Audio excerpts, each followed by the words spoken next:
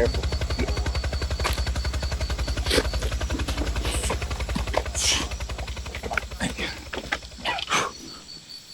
Ladies and gentlemen, the Vietnam War might be one of the most heinous wars to have ever existed in world history. However, the big misconception is that it's often an American war and only an American war, when in fact the Americans had incredible allies with them. Today, for 48 hours, my good friend and I here will be reliving the Vietnam War.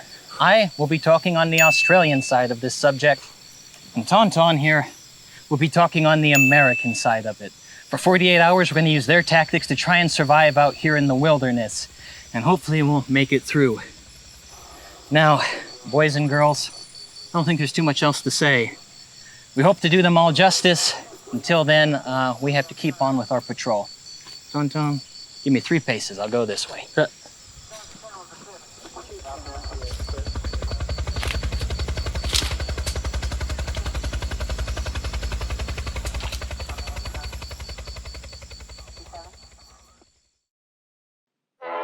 This is our longest video yet on the channel at 1 hour and 53 minutes. Please, if you would like, utilize the timestamps as can be seen in the summary below.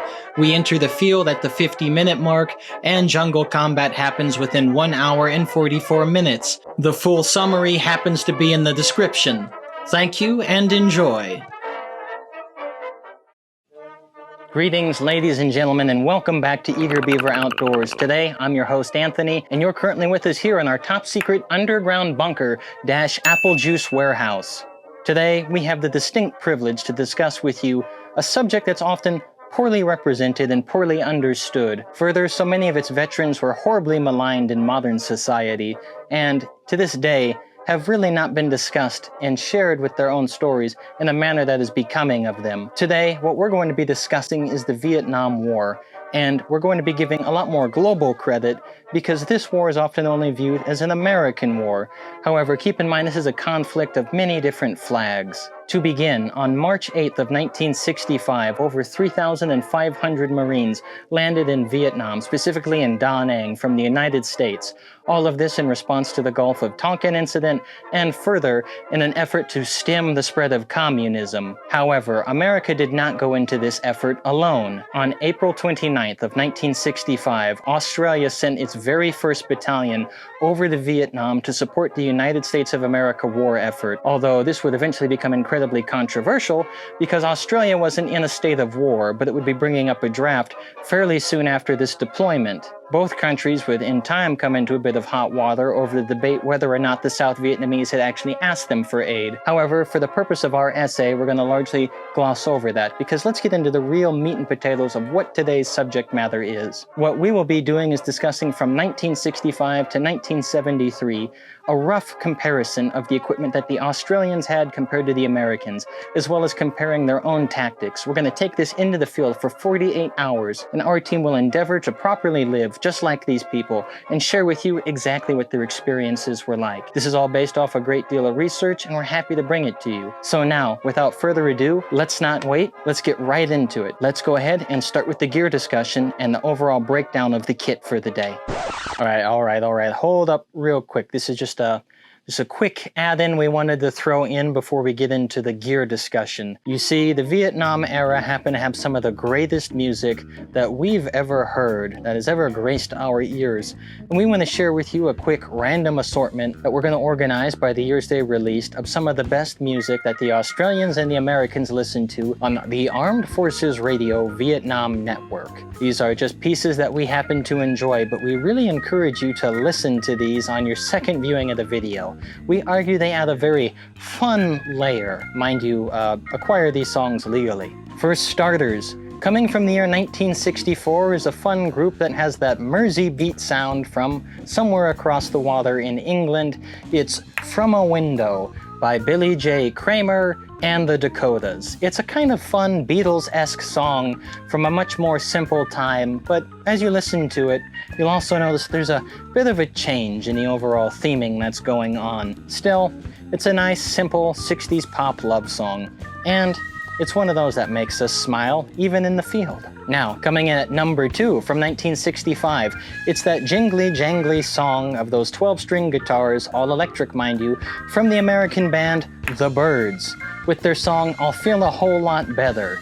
This is another classic, and it's a really innovative number from a band that, frankly, all of us feel never gets the representation they really deserve.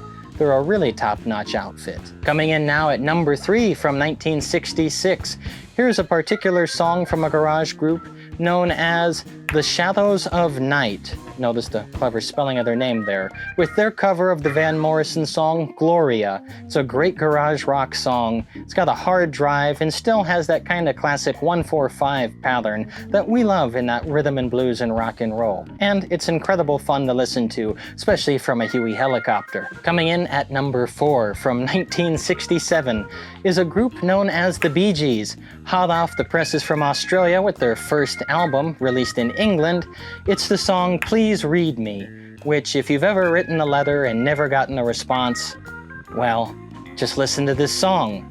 Someone else has been in your shoes too. And at the number 5 slot from 1969 is that great rhythm and blues soul band known as the Temptations with a very hip number, I Can't Get Next to You. This is an absolute bop. It really makes you want to shake things that I can't properly exclaim in the world of history and education, but you definitely get to moving. And that there just about does it. Those are our top 5 songs to listen to while watching this video, and we really encourage you to give these a listen. Further, we'll be putting our playlist down below so you can continue to listen to these songs at your own leisure. Atop this, we also have a poll coming out in our YouTube posts. Please let us know what your favorite song is. Further, feel free to engage with us in our free Discord. That'll be linked below. And again, remember, it's free. So talk to us about what your favorite Vietnam-era music is. And now, let's get back to the gear discussion and the rest of the show. To begin our discussion on the Vietnam War, we're going to be comparing here the American kit to the Australian kit.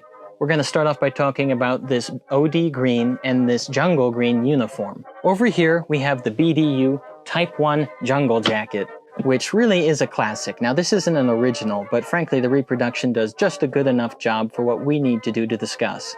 The Americans had taken a great deal of note for the shortcomings of their uniforms in World War II and Korea, and they began to put on a plethora of pockets. If you compare the 1942 airborne paratrooper jump jackets as well as trousers, this BDU here is extremely similar. The pockets, for example, up here are pleated and they have extra carrying capacity, and some of these will even come reinforced. You also have pockets here down at the side, not just the chest, which again have a pleat, and they have plenty of extra carrying capacity and space, which is absolutely fantastic because you're going to need that.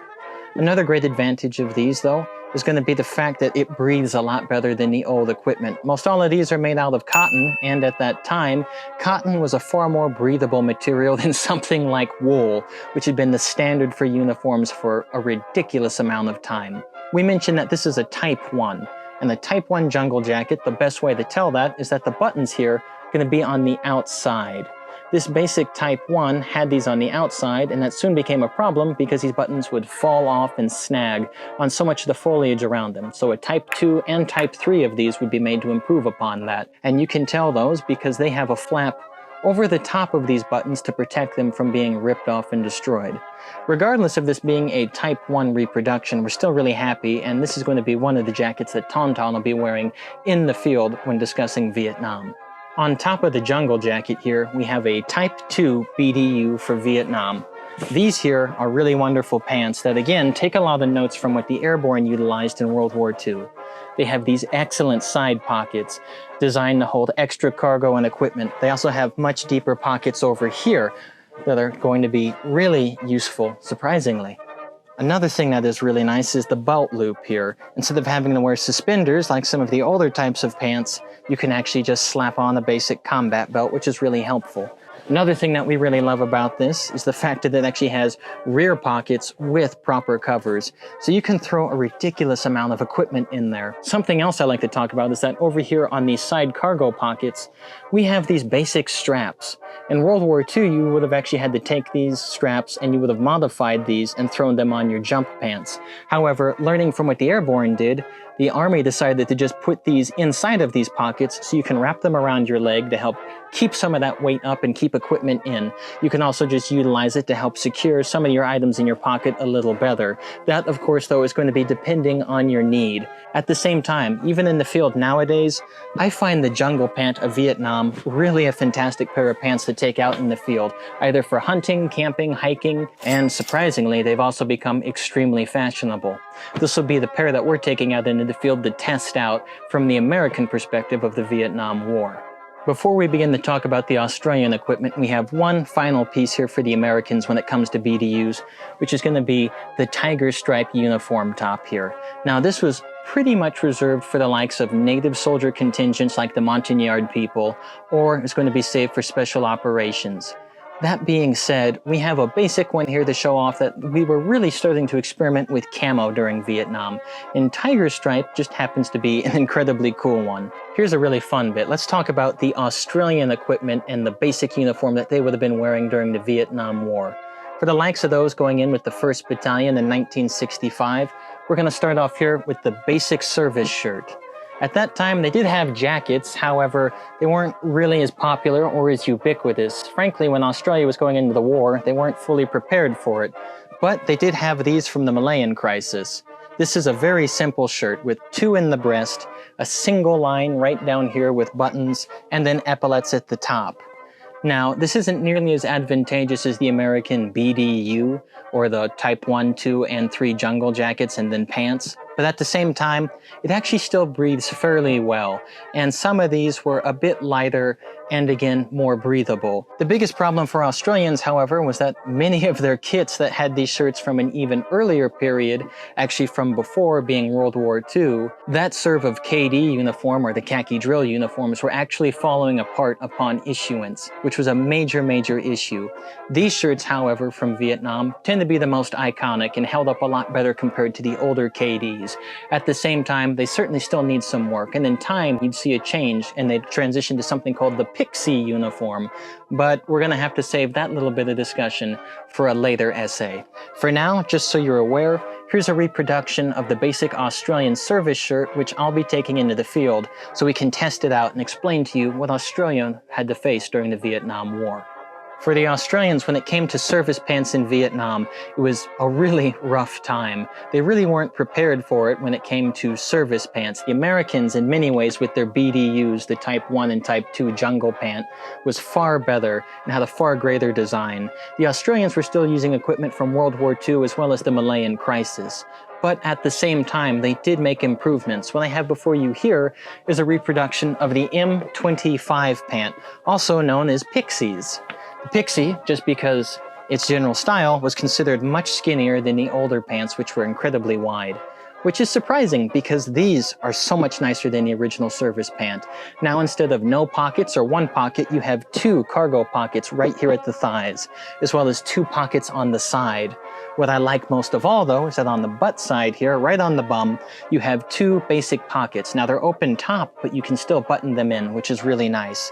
Something else you'll notice that's retained from the general Commonwealth here are these massive belt loops. But this is something that I like about the Australian uniform over the American in many ways, because with these, what you can do is run your pistol belt through it, and it aids in holding these up so much better. And it also gives you a much more combat-ready look, comfort, feel, adjustability, and something that you can slap equipment onto right away. Really, when it came to combat fatigues, these were fantastic, and the Australians really quickly came into their own with equipment like these, because it was so much better than what they started with.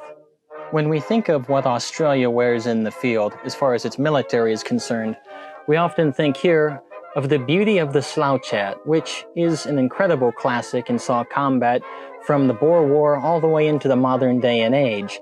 However, typically, especially for the Vietnam War, this was not the headpiece to be worn in the field. Forgive me, darling. This right here, this basic bucket hat, giggle hat, or boonie cap is what was often worn by Australian soldiers in the field, and for many good reasons. For starters, it's a lighter material, it's a smaller, more pliable and packable material, it goes on your head quite easily, washes more easily, is harder to identify in the field, and it also has these vent holes on the side, as well as these utilitarian basic non-pouches here. These are just nice tabs that can hold pieces of equipment in if you need them. You'd also see these utilized in a variety of ways, from being folded up, folded down, you could have it actually shaped almost like an arrow, and you also see characters cutting off the bills on these and just wearing the basic cap portion itself to throw over the top. This was a really fantastic piece of headgear. Mind you, it didn't give you a lot of bullet protection, but during the war, Australians for Vietnam did not wear helmets, almost never. It was far more typical to be wearing your basic giggle hat right here. What the Americans wore, on the other hand, was not going to be a bucket hat like that. The Americans here wore the M1 helmet again, and it remains an incredible classic of the era. Coming from World War II, with some slight modifications in time, these holdovers saw service for a ridiculous amount of time, from World War II even into the mid-80s, depending on where you were stationed and what your work was. What you'll notice here on this one is that we have a different liner over the top. This basic camouflage lining is from the very mid-years of World War II in the Pacific, and a great deal of these were held over by the US Marine Corps and then issued back out to the Marines and certain members even of the Army for use in Vietnam. This is both for the advisory period and the early years of the war. Now, the pattern would eventually change, but what we always like about this basic pattern here is that it's reversible. You have a basic volcanic ash on one side and then a nice jungle green here on the others, which makes it very useful. And again, for the Vietnam War, World War II surplus was not collectible and was indeed plentiful, very different than the modern day and age. But again, Americans far more often than not were going to be wearing their helmets in the field, whereas the Australians had the basic bucket hat. Kind of interesting to compare these side by side. The reason that the Australians didn't like the helmet was because it could often be considered heavy, confining. It didn't really give the protection that they were looking for, and it also muffled sound and could harm your sight out in the field. But as much as some of that is actually true, the advantage of is that you have a largely metal piece of helmet right on top of your head to protect you from shrapnel and even direct fire. So, take your pick on which one you might think is the best, the American helmet or the Australian boonie cap.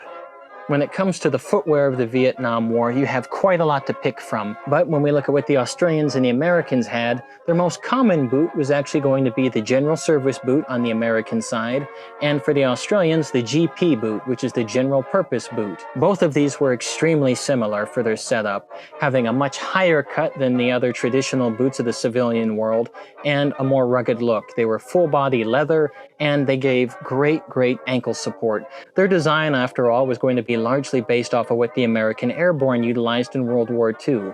However, certain improvements had to be made. For starters, let's talk about what some of the Australian soldiers, especially those on the team or the advisory group, as well as those coming in with the 1st Battalion, had to wear when they went into Vietnam. The footwear that the Australians had was exceptionally behind in the Vietnam War, starting off, again, as we said, in the advisory periods and for the 1st Battalion. Many of them were given general service boots out of the very Second World War. This is an original pair here from World War II. And as you can tell, this is an absolutely horrendous boot to have to wear in jungle combat. Even in World War II, it wasn't a great pick, but for Vietnam, it was extremely out of date.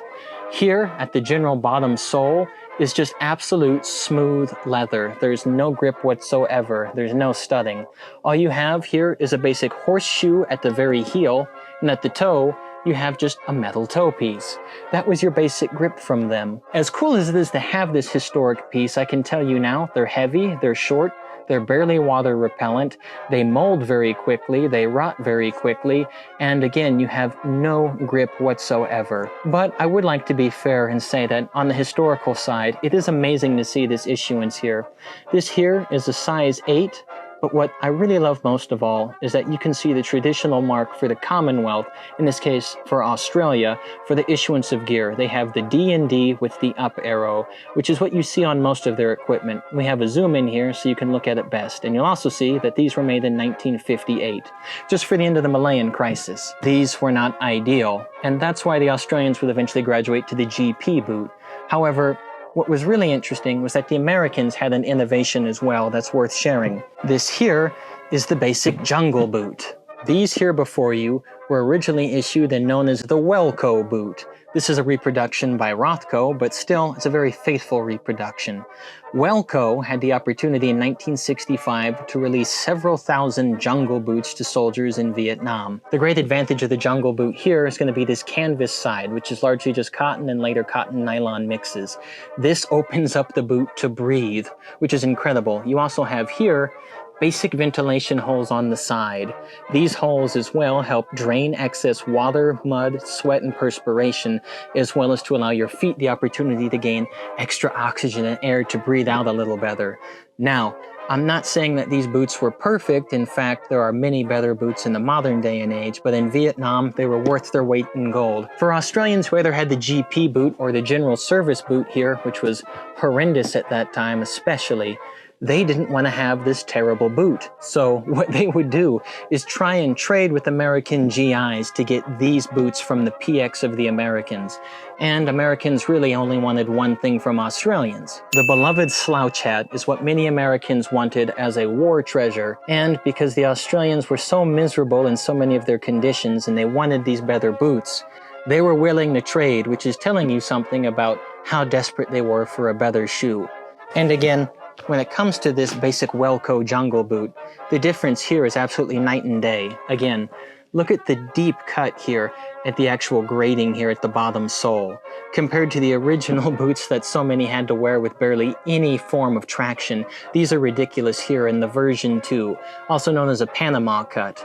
Something else that really saved lives is the fact that many of these came with a nice steel insert at the bottom sole to protect from the likes of explosives, but especially the Punji Stick. These boots, again, for Vietnam, worth their weight in gold. They saved a lot of lives and they helped a lot of men out. And we're very happy to be taking these in the field because both Tauntaun and I will be wearing the traditional Welco boot. When it comes to the web gear of the Vietnam War, what the Australians had and what the Americans had was extremely similar, and that's because the Australians based the large majority of their kit off of the M56 basic webbing and belt system, as can be seen over here. However, there were a few differences. Let's start off by talking about what Australia wore. Although a great deal of it was going to be like that of the Americans, the biggest piece that helped it stand out was what we have over here in these magazine pouches. If you can notice these here, you'll notice that they're a lot larger and more boxy than the basic American setup, and that's because the basic service rifle for Australia was the L1A1 or the SLR, the self-loading rifle. It was a lot heavier than what you would be expecting from something like an M16 and to a degree even an M14. The SLR happened to fire a 7.62 by 51 NATO round. So they needed more space, and that's what they got. Compared to the American packing here, you have a much larger magazine pouch in the front, in part more typical of what you see from Commonwealth troops in World War I up through the Vietnam period, but at the same time, far more fit for a Commonwealth rifle. These also just happen to be really great to use in the field for hunting or extra equipment because they're so large. But in the United States, they're getting a lot harder to find, and even in the world, they've become collectible. Still, it's a real standout piece because this is what the Australians and the New Zealanders largely took into the field. Most everything else that they utilized, such as the M56 butt pack here and then the M61 butt pack especially, were just going to be mimics of what were being used by the Americans. Same when it came to the likes of the canteens. So I'm going to put the Australian kit down now for a minute and let's talk more on the American M56. The American M56 web gear and belting system happens to be one of my favorite pieces of kit, in part because I played with it so much as a child and used it in the field. But at the same time, it really is one of the most customizable pieces of kit to come out from the Vietnam era, and it has a long-lasting history of great improvements. For starters, the actual shoulder straps up here were now going to be padded and reinforced, which made a huge difference in carrying your equipment all day. You'll also notice here that we have a basic straight down system of strap instead of a Y system strap and yoke. What I really love about these though, especially, is going to be these extra tabs here, these non-pockets as we like to call them, where you can hook extra equipment, including the likes of hand grenades, flashes. You can have something actually like a searchlight, safety light, and then we also have, most of all, our M56 compass-medical pouches thrown up here at the very top. These are really lovely pieces of equipment to have. Further, we have the ever so iconic M56 basic magazine pouches here, most often used for the M16, though you can actually get an M14 magazine slipped in there as well. It's just a little more tight of a fit. Something I actually like about these as well, though, is that these also have extra pieces of tab on the side, so you can throw additional pieces of actual M56 pocketing on there for, again, medical supplies, navigation, and what have you. What we have here is the butt pack, also known as a fanny pack, or supposedly supposed to be known as a basic field pack. For Vietnam, it would come out that these little packs happen to be a little too loose and far too small to carry, and that larger backpacking systems would be needed. But at the time, the general idea was that after Korea, what soldiers needed was a lighter, more agile piece of equipment with a lower center of gravity, which was supposed to just be better for carrying it. Again, these were nice in some regard, but they are a bit underpowered in their carrying capacity. But in general, you throw your food and some extra ammunition and medical supplies right into here. Next, then on the side, what we have happen to be our basic canteen systems. Now, originally, soldiers in 1956 would have been issued a canteen cover like this, and you can tell the difference here by this basic ribbing here on the side. However, these quickly went away with the Vietnam War, because what they needed was nylon, which would dry off more quickly and readily and have a greater ability to just be carried. And what they threw on as well were extra pockets for basic tablets for water purification. This here is the 1967 variant, which we happen to be big fans of on the channel. After all, when in the field, it's important to stay hydrated. One final piece is right here, and it actually comes from the Second World War, but these were really common in the US Army in Vietnam. In 1944, while fighting the Japanese, the United States Army realized that it needed a much more robust system of carrying packets for its medical supplies, especially for hemostatic agent and band-aids. So they came out with the 1944 medical packet here, and there were so many of these made that they decided to go ahead and issue these still in Vietnam. This is an original from World War II, and you'll notice on our equipment we actually have quite a few of these thrown on. The Australians got their hands on these, the United States Army, Marines, and Air Force got their hands on these, and it's a really fun original to bring out in the field. Something that we like about these especially is the fact that they come with not only basic covers here for the top pockets, but they come with multiple pockets on the inside for different vials as well as different packages, and it has an upper pocket for the very lid cover itself. So it's a fantastic piece to carry around for your basic medical needs, as well as extra storage. A cool piece from World War II that found its way into Korea and Vietnam. One piece of equipment that I highly suggest for most people in the field in the modern day and age comes from the Vietnam War, and that's the M1956 compass-medical pouch. This is a really lovely piece of kit. Now in Vietnam, these served so many purposes and would often get thrown on the extra tabs and flanges of your web gear as well as your backpacking system. I'm going to take a few of these off here. I'm going to show you what we have in there so you get a better idea of what the Australians and Americans carried in the combat during Vietnam. Here we have three basic setups, just like they did in Vietnam, as good examples for how the Australians and Americans utilized their basic M56 compass pouches. For starters, you can tie a little rope here at the very end where you're actually supposed to let these things breathe a little better. By the ventilation hole, you'll have a string, and that will indeed tie in your compass here. Now, this is not a proper 1950 field compass. It's just a reproduction, but it's pretty darn good. And what I like about this string is that when it's tied up by a chest pocket, it's going to provide just enough tension there to keep these within so you never lose it. And even in the modern day and age, outside of warfare, this is an excellent setup because when you're sweating, you're hot, you're tired, you're climbing, you're crawling, these have a tendency to fall out of the pocket. So just tie a string in, throw your basic M56 pouch in there with it, right on the ventilation hole, and it's secured. Another one that comes out of Vietnam here is going to be these basic combat bandages here.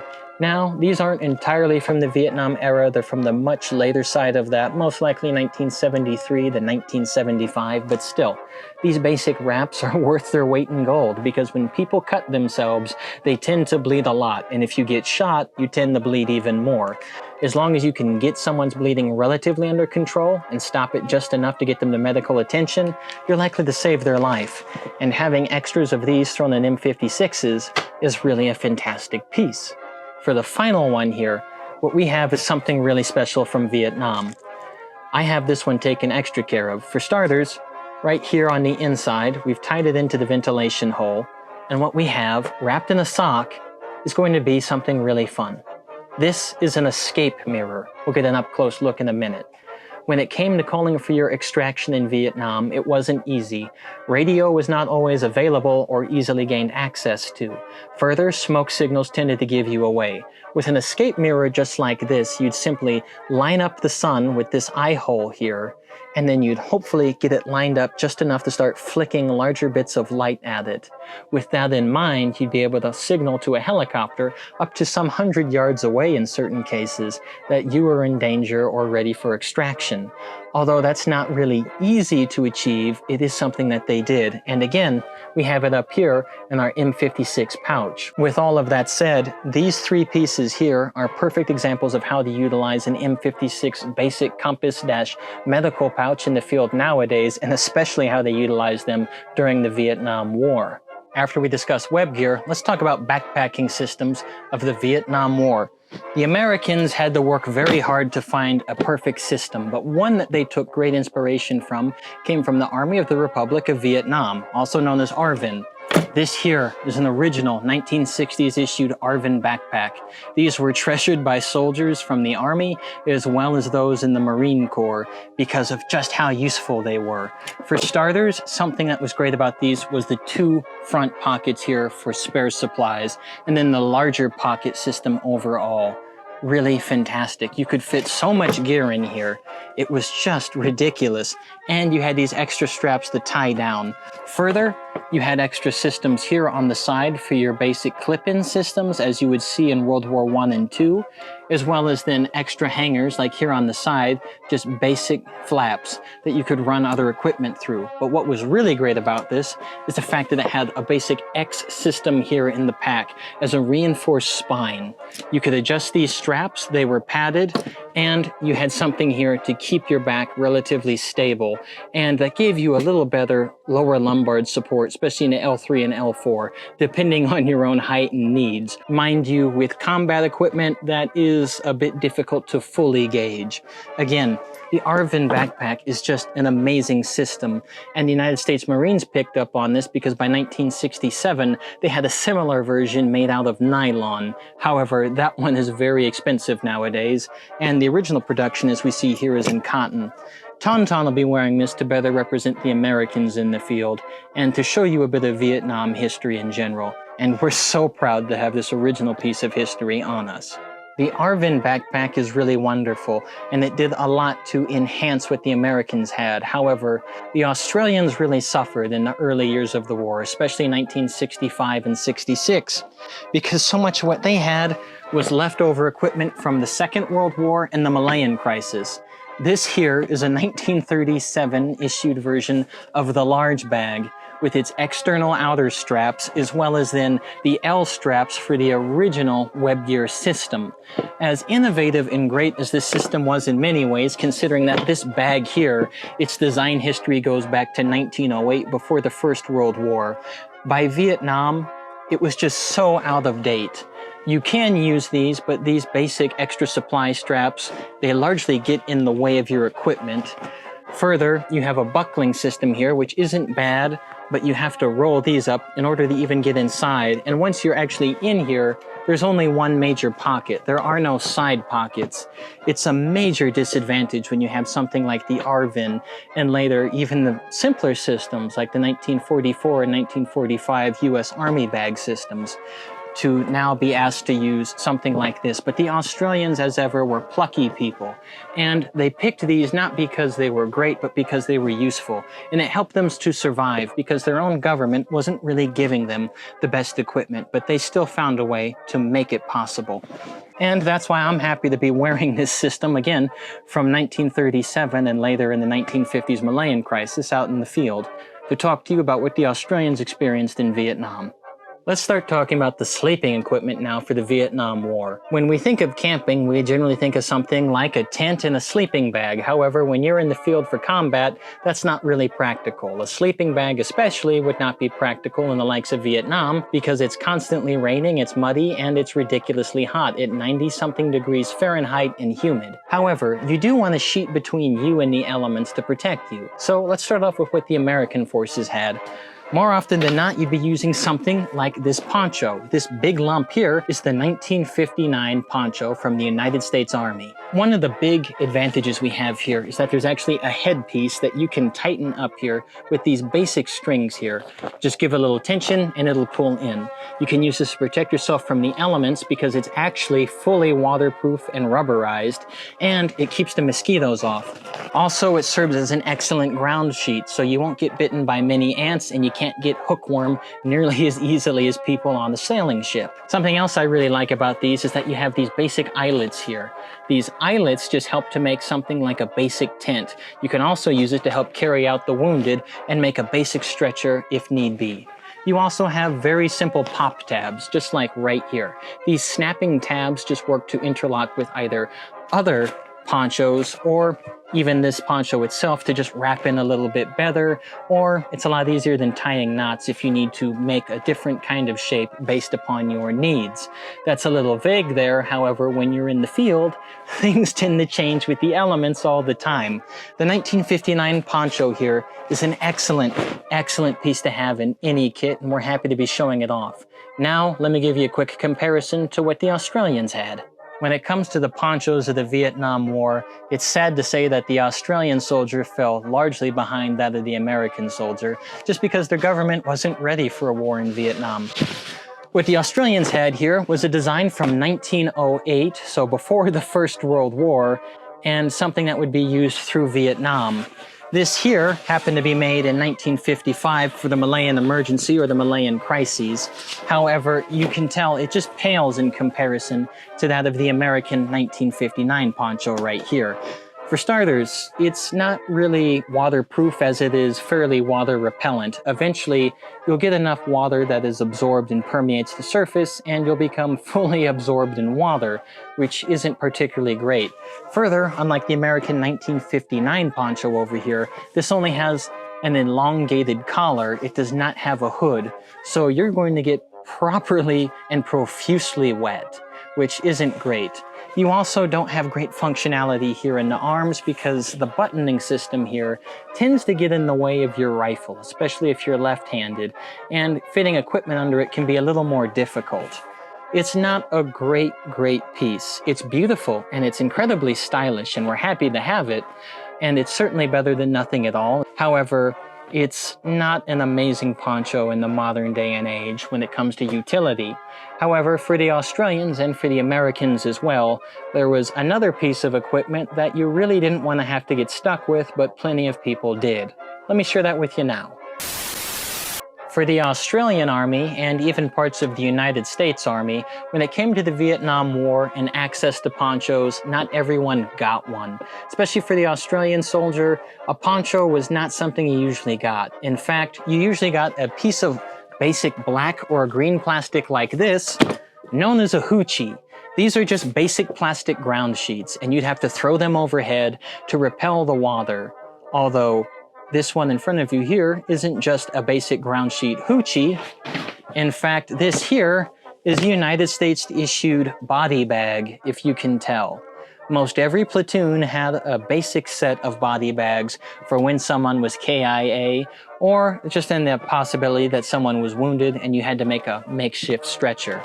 Now, It's extremely negative in many ways to be carrying one of these in the field for your own uses because it seems like a bad luck charm that you're about to throw yourself in. But at the same time, when you're in need, these aren't terrible systems. You can open this up, sleep yourself in like a sleeping bag, and get yourself some basic coverage. You can also throw these overhead like a poncho, and it remains water repellent. They're also fairly easy to pack and light to carry. So it's not a bad system to have. And again, most medics would be carrying one, and other members of your squad would probably have a body bag on hand for the unfortunate case of a KIA. At the same time, to be putting yourself into a bag was not something generally smiled upon. In fact, to be wrapping yourself up would be a little bit of a negative. But as a final note, when you are in need, this was a method available to you, and soldiers did do this in the field. At the same time, we'd prefer to stay away from it, but we are going to represent this in the field and show you what it's like, because there is some value in use into a basic Hootchie or a body bag. The food of the Vietnam War was certainly nothing grand or incredibly delicious, but it certainly got you by. For Americans, you largely still had your C rations here in the basic can. Just simply open up at the top with a P38 and serve yourself all these delicacies. The Australians also had similar rations made by the Cadbury Company, which some of that production actually came out of Tasmania. Go figure, that was a new fact for me. What I find most interesting, however, are the variations here in the mess tins. This here is from the Commonwealth, and this is what the Australians would have been using in Vietnam, compared here to what the Americans were using in Vietnam. Both of these are World War II designs. However, they lasted long into the 1980s and even 90s in some instances. This one here was made in 1943, and this one we don't have an actual make date on, but from the buyer, we're led to believe this is from the Second World War. If not, certainly through the Malayan emergency, it saw use. What's the most interesting about these, though, is that the Commonwealth system, which is a two-plater, just these two rectangular tins, which in some ways is not the most ergonomic, but at the same time, it's really not terrible. When we compare that over here to what the Americans had, we have a great deal more partitioning in one of the more shallow plates, and then just a nice rounded bowl. If you're a picky eater, I guess you can enjoy the privilege of separating out your meal. But at the same time, you certainly can hold a lot more porridge with what they had in the Commonwealth. It's nothing particularly amazing to look upon, but at the same time, they're fun and interesting differences, and both the American and the Commonwealth setup will be used in the field as we talk about the Australians and Americans in Vietnam. Now, when it comes to the Vietnam War, it would be extremely remiss of us not to talk on the primary weaponry of that war. For the Allies, for the United States Army, as well as all United States military personnel, and for certain select members of the Australian military, one of the most primary rifles to be issued at that time was this. This right here is the M16A1, and this is a really wonderful recreation of what that rifle looked like. What was so innovative about this rifle was just how much plastic it utilized at the time. In fact, so much plastic was utilized that this was jokingly referred to as the Mattel rifle. The butt here, or stock, was going to be fully plastic. The foregrip here as well was fully plastic. And even some internals, depending on the generation and testing going on, were plastic. However, as rough as it can be to utilize plastic, and especially as questionable as polymers could be from the 1950s and 60s, this was innovative because it really helps with the dangers of warping. Because when you're in a hot, humid environment, something with a lot of water, it's going to tend to swell something that would be wooden, as well as then to weigh it down if it's saturated. Further, it just keeps this so much lighter. This basic recreation here essentially has everything that we're familiar with in the modern day and age as well. Has the classic carry handle with the sight hidden in there. Has your basic rear charging handle here just behind the carry handle. It's going to have this open ejection port as well, once you finally open it up, mind you. Further, it's going to have this thumb piece here, which just aids in the process of actually ejecting any stuck shells. And finally, a big piece of the Vietnam War is going to be this little magazine right here. These little magazines right here only held 20 rounds of 5.56, which isn't a bad round by any means, but when in a firefight, you generally want more. So fairly quickly, in the early and mid-1960s, they started putting out rifles with 30-round magazines as well. Now, what I do want to show you real quick, although we have this now, the modern rifle, actually in its physicality and overall function, isn't too different. Let me place this down and show you a real rifle. Right here happens to be a very real AR-15, civilian issued, which is very similar to the M4 that is currently being issued to the United States military. It's a much smaller rifle, and we have a lot to play with, but the basics are still the same. This one happens to have a metal carry handle. It's going to have your metal sights. It still has your charging handle, and it's going to open up your lower port here. We have the ejection button, and as you can see nowadays, it has the much larger magazine here. Although we've had a lot of innovations with these rifles, it's just fun to hold these side by side and talk about what's changed. And again, it's such a classic sound. Just charge that handle, rack it, and throw it in. I just love it every time we do it. And it's fun again, just to be playing with guns. But in this case, for our demonstration, we'll be taking this one out, the replica here, of the M16A1, a classic from Vietnam. However, we have one more classic from the Vietnam era that we want to show to you just right now.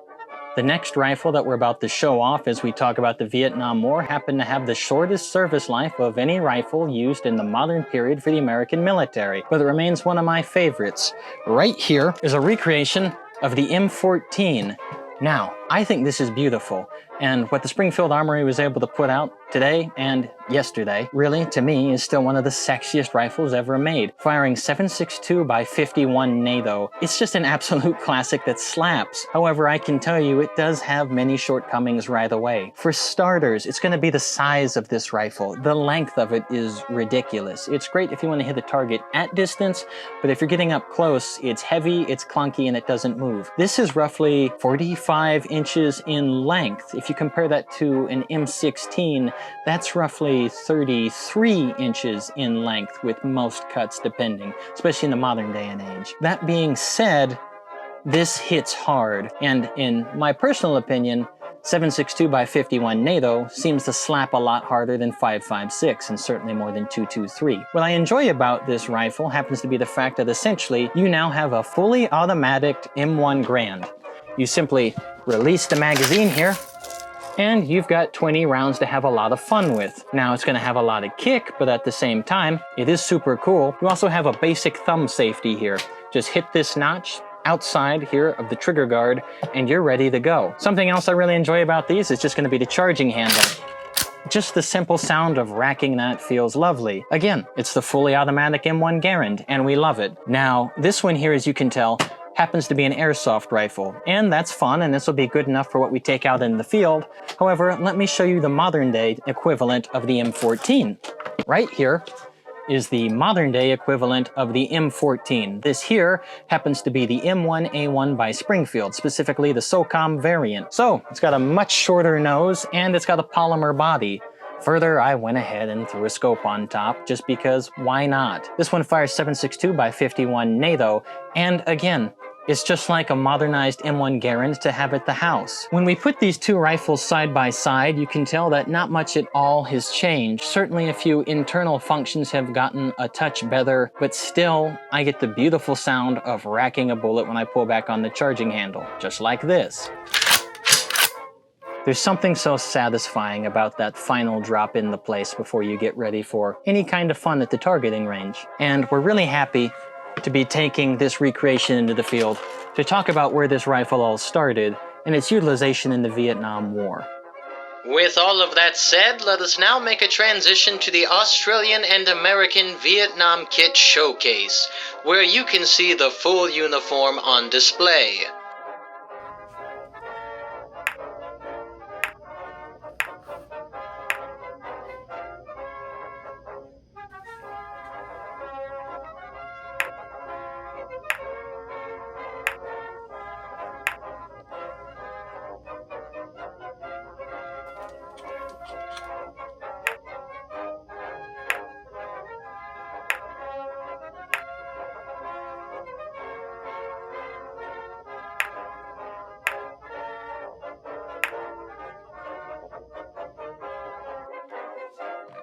Ladies and gentlemen, Tonton and I are now fully prepared to go out and live in the Vietnam War from the Australian and American perspective for 48 hours. You've seen our full kit, and we've done our very best to keep it as real as we possibly can. Now it only comes down to putting it in the field and testing it. So, I will be representing ever so beautiful, ever so proud Australia. Tauntaun happens to be the other guys. Team America, if you'd like to come up. Feels better just to be on the better side. The better side, yeah. Yeah, what is this? What do you have going on here with your American getup? You have some kind of jungle green, and then, no, then you got what? Yeah. You can't hear under that thing, can you?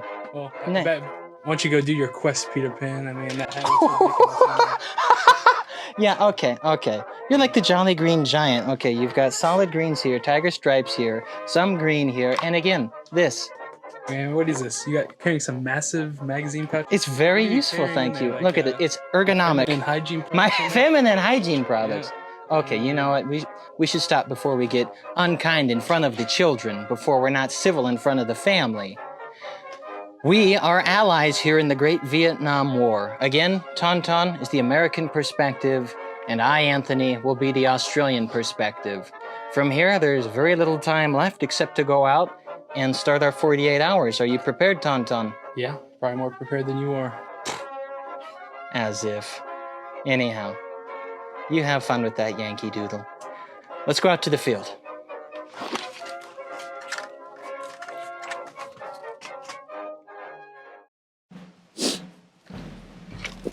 During the Vietnam War, when it came to something like a tactical area of responsibility patrol, I can tell you right now that whether you're Australian or American, one of the most important things you can possibly do is double check your equipment, especially with a friend here.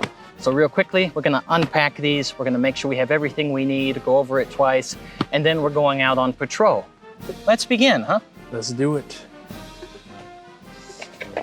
And for starters right here, although this is a modern bag, we have an entire medical setup here, including extras that Tauntaun, as you can see, has thrown on his bag right over here. So we want to make sure that we have these set up and ready to go. Further, what we have here are spare clothing. Now in the Vietnam War, you didn't have a nice easy Ziploc bag like this, but you still had plastic. So you always want to pack extras of those. On top of this, rations galore. During the Vietnam War, they didn't just have leftover sea rations from the World War, they also had the MCI, which is the Military Combat Individual Meal, which is just a slightly improved sea ration. Not too bad. We have spares of those in our fanny packs as well as just in our bags here. Top this. I want to make sure I have my spare poncho and bedroll. Got that set up. And then I'm also throwing on top of that again a body bag, which just helps me feel really moralized. But one of the most important pieces we can talk about in the bag and on the entirety of our harness here is going to be water. Per person, we're carrying 8 canteens. We have 2 on the hip, and then we're throwing the rest either in or on our bags. As you can see, Tauntaun here with his ARVN setup here has so many 1956 setup pieces of canteen equipment ready to go, because when you're out in the field, you're gonna be sweating it out, and you don't know when you have the opportunity to get more water. So just like in Vietnam, throw more on. But this isn't just useful advice from the Vietnam War, it's useful in the modern day and age, because this kind of equipment is something you're gonna use in the likes of hiking, camping, etc. It isn't just military advice, it's survival advice at its best. Now, Tauntaun, let's load up before we start going on our tactical area of responsibility patrol. Sounds good. You know, before we head out into the bush, gotta have my good luck Hootchie Minh charm on me, and as well as the Marlboros, of course. Yeah, you know, you gotta always have a charm. It's the only thing that keeps you sane out there in the bush. Okay, up this way is where we're supposed to start. You know, honestly, while we're out here, might as well get some camouflage going. What do you mean get camouflage? If you want to play in the grass, be my guest. I'm gonna move ahead over here, okay? All right, well, you can talk to them. stop here and, you know, get some camouflage for my helmet. Look at this, we got a free grocery store right here. Just filled with fresh greens and other random goods.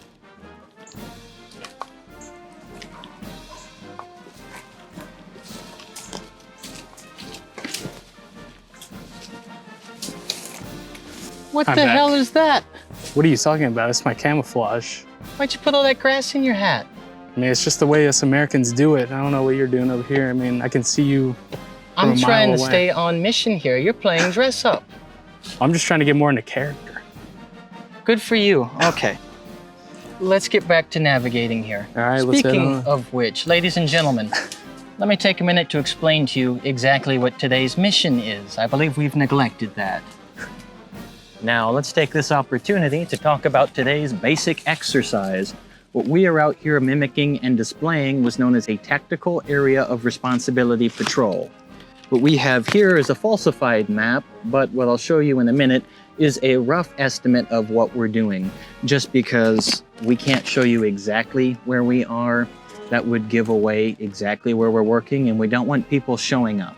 Now, a Tactical Area of Responsibility Patrol generally worked with a 3x3 grid. Each square in that grid happened to be 1 kilometer. Tauntaun will be keeping count of our pace, and I'll be doing the main navigation here. Since there's only 2 of us, we work as a team. Now, something like a Tactical Area of Responsibility Patrol really only required you to go a few miles out from wherever your main FOB was, or Area of Responsibility, as the title implies. You'd be anywhere from an hour to half a day's walk away, and you'd be going over exactly what you would be expecting. You'd close out that grid area, and you'd make sure that within that closed grid, you were checking everything responsible. In this case, Blake has set up a basic course for us to go over exactly what we need within our grid. We'll check certain spots that we're familiar with and unfamiliar with, just to make sure no one's there. However, we're fully expecting him to be messing with us, yeah? Mm-hmm. We'll go over to him for a second, and then we'll get back out into the field, because we'll have to talk about our insertion points. But still, that's the general gist of what we're doing for the next 48 hours. Hey, it's Blake, the 68 Whiskey here with Eager Beaver. What we're doing today is I did set up a course for Anthony and Tauntaun, and it's about a 3x3 kilometer square. I have some points that they have to hit, and then of course, since I like to mess with them, I do have some booby traps set up for them so they'll run into those. And then 2, I will also be in the woods and kind of pester them along the way. We're trying to simulate somewhat what it would be like in the Vietnam War. We'll see how he does, and I do have some hidden secrets for him. During the Vietnam War, there were several different ways that a squad could actually get into place for their mission. For starters, you could use something like the beloved APC, which is very nice. It's very loud, it's very noisy. You can carry up to 12, maybe even 15 men if someone's very short, but they're also, again, very loud and restricted by their ability to go down a road. Further, in the modern day and age, what we'd call an IED, but we can also just call back then for the Vietnam period, an ambush or a booby trap position would be fully open to these vehicles and the people inside, so they weren't always the most stealthy way of getting around the countryside. What we often think about in the Vietnam War as well is going to be the likes of the Huey helicopter, which is almost like flying a motorcycle in the combat. You know what I mean, right? Yeah. Yeah, it's pretty awesome. I'm not going to lie about that. The big problem with something like a helicopter, and for Vietnam, the Huey, is that you have roughly 100 miles of range with those. Further, you're going to need an entire flotilla or squadron with you to provide cover. Also with them is the fact that it's incredibly loud. If you're going out in the quiet country, as many false inserts as you can make and distractions as you run, people are going to be aware that something is really up. Now, when it comes to our own needs and for what we're doing in the bush, that rules out the APC, and it's going to be ruling out the likes of a Huey helicopter insertion. That really only leaves us with one option, and folks, it's a real classic.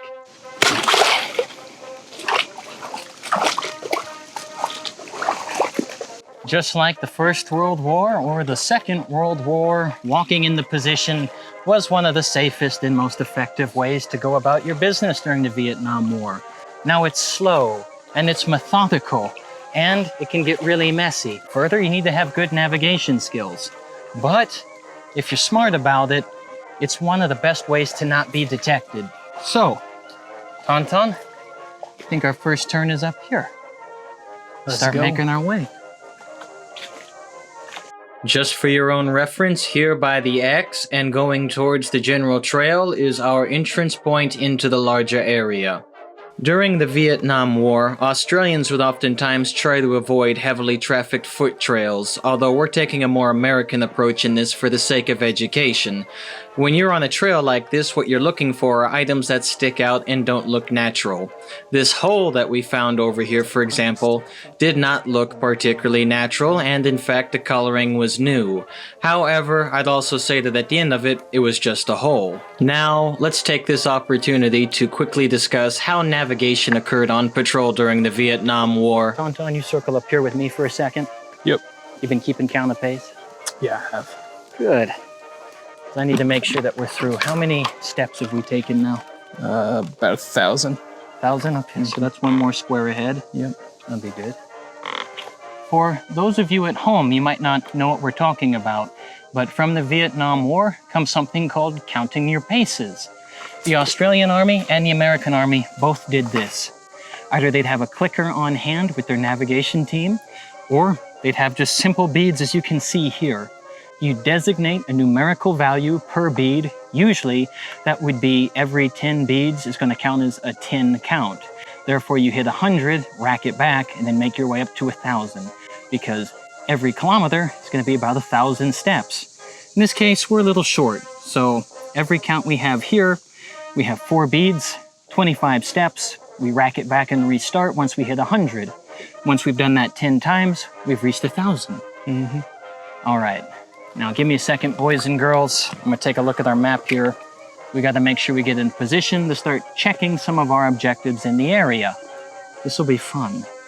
Moving forward, we're simply going to be taking the road towards the trench system, but let's see what we find along the way. If you notice it here, even ever so slightly, in the grass we see signs of footsteps and general perforations in the actual surface of the soil, so we snake to the side of it to see if we can follow it a bit further.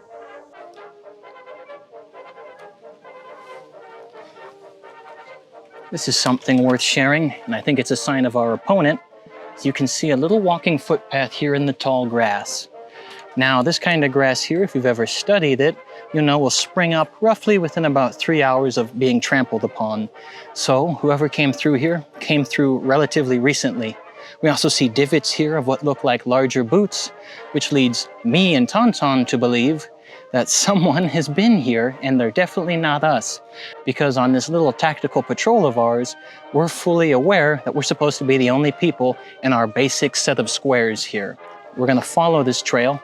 Tonton's keeping an eye out now just to make sure that none of our opponents who are playing this game with us are anywhere too close by, and we're gonna see what we can find.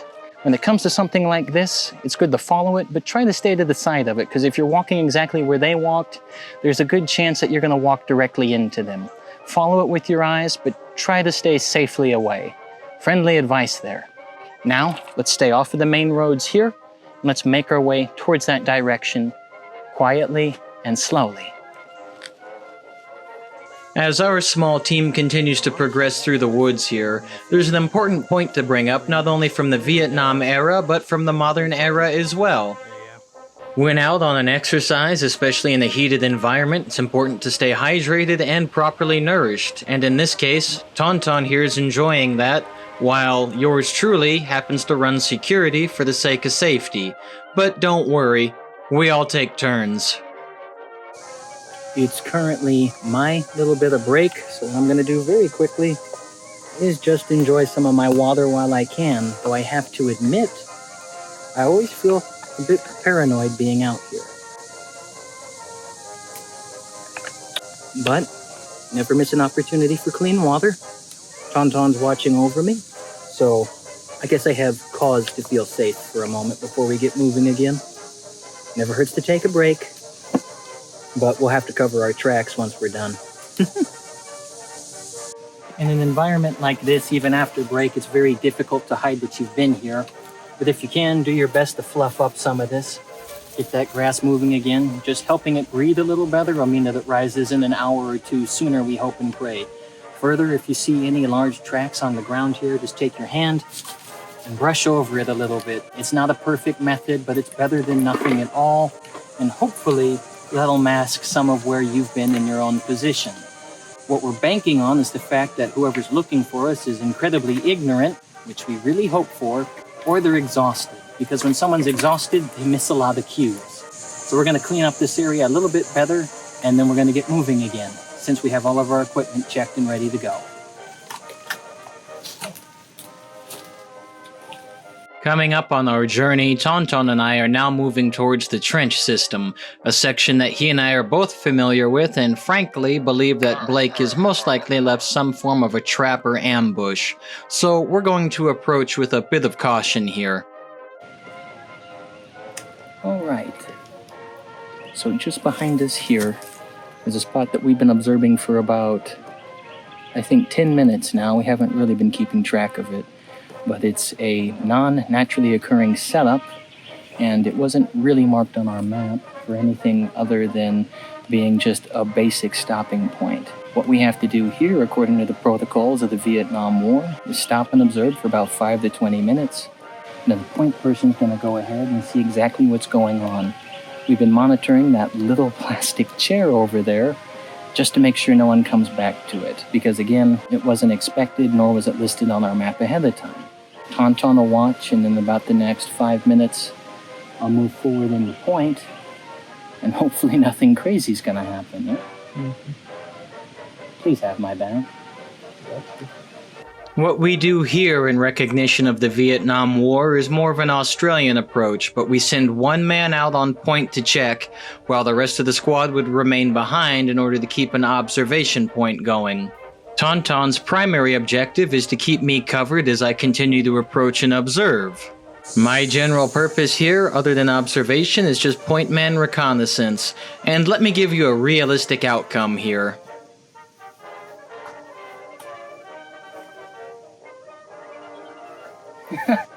Hey guys, I really think...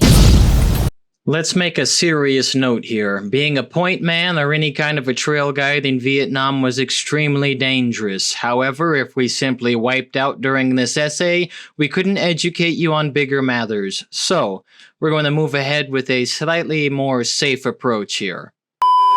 Resetting the account here, Tauntaun is covering for me, and I make my approach here to the point of interest. When I finally get around this and deem it finally safe and secure enough to break, I'll get down low where I have some chance of coverage, and then I'll give a general hand signal forward that the rest of the squad can come forward and out of hiding. Keep in mind what we do here is sped up for the sake of the camera, and the process would be much slower. Some of you might recognize this structure from a previous film shoot. And when we double check, yeah, it was definitely marked on our map. The way that it was set up wasn't really something we're expecting, like spotting a deer skull in a chair. We didn't do that. Nor was there ever a box that was left out there in that foxhole. So we have to investigate it. Now the problem is with an ammo box like that, and it's just one of them, it's highly likely to be a trap, but we still have to investigate. We're going to quickly go over the methods on how they would have investigated something like this in the field in Vietnam, considering the fact that they couldn't just easily call the bomb squad back in those days. Now, one of the first methods we have here, which is admittedly a touch antiquated, is going to be actually the probing method. What we're going to do is take our bayonet here, and we're going to start prodding underneath the case for anything like a pressure plate, something as simple as a landmine. Now, would it be smart to put this at the end of a device such as a rifle or a really big stick? Absolutely. But we don't have that luxury, and we're mimicking what they did for their basic patrols. So, we're just going to hope for the best that we don't blow up. Let me show you how this works now.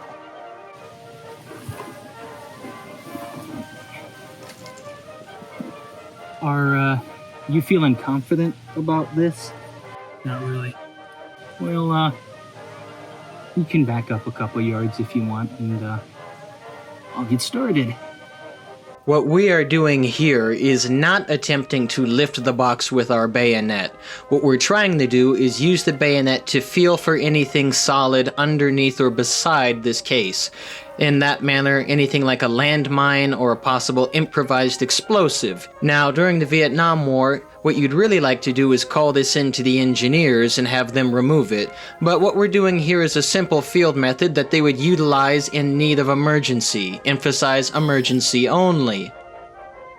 Alright, so we just finished probing it. We didn't feel anything like a bomb underneath or pressure plate, nor did we see strings attached. So we're gonna hopefully slowly lift this out and nothing bad will happen. Right? Yeah? Yeah. He didn't sound confident.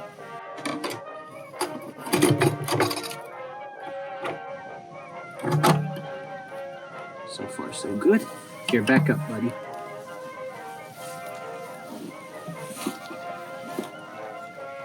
Now again, this isn't the safest or the smartest method, but it is the oldest. And so far, we've made out okay. Now, we need to test this latch here and hope there's nothing hooked to it. Sincerely. I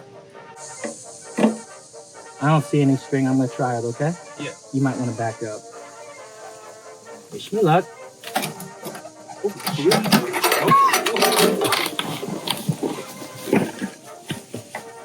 Oh, God.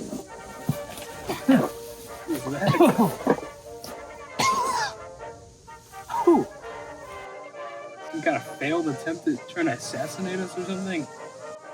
Kind of just smells like a wet fart out here. Yeah, I don't know what that was. Let's go take a look.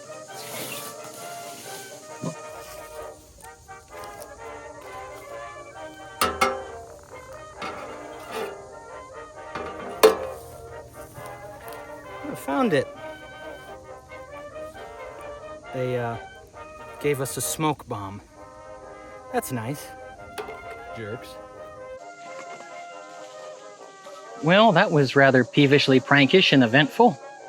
As bad as that would have been, we do have an upside here. We found a small little map within there, which could be useful. We don't get points for it or anything, but in the Vietnam War, something like this would be turned over after a debriefing to an intelligence officer, which could be really useful. MI always has something to do with maps. The problem with a map like this is the fact that in the place where it's supposed to be so easily found, if it wasn't a trap, there's a good chance that this was just put out as a distraction.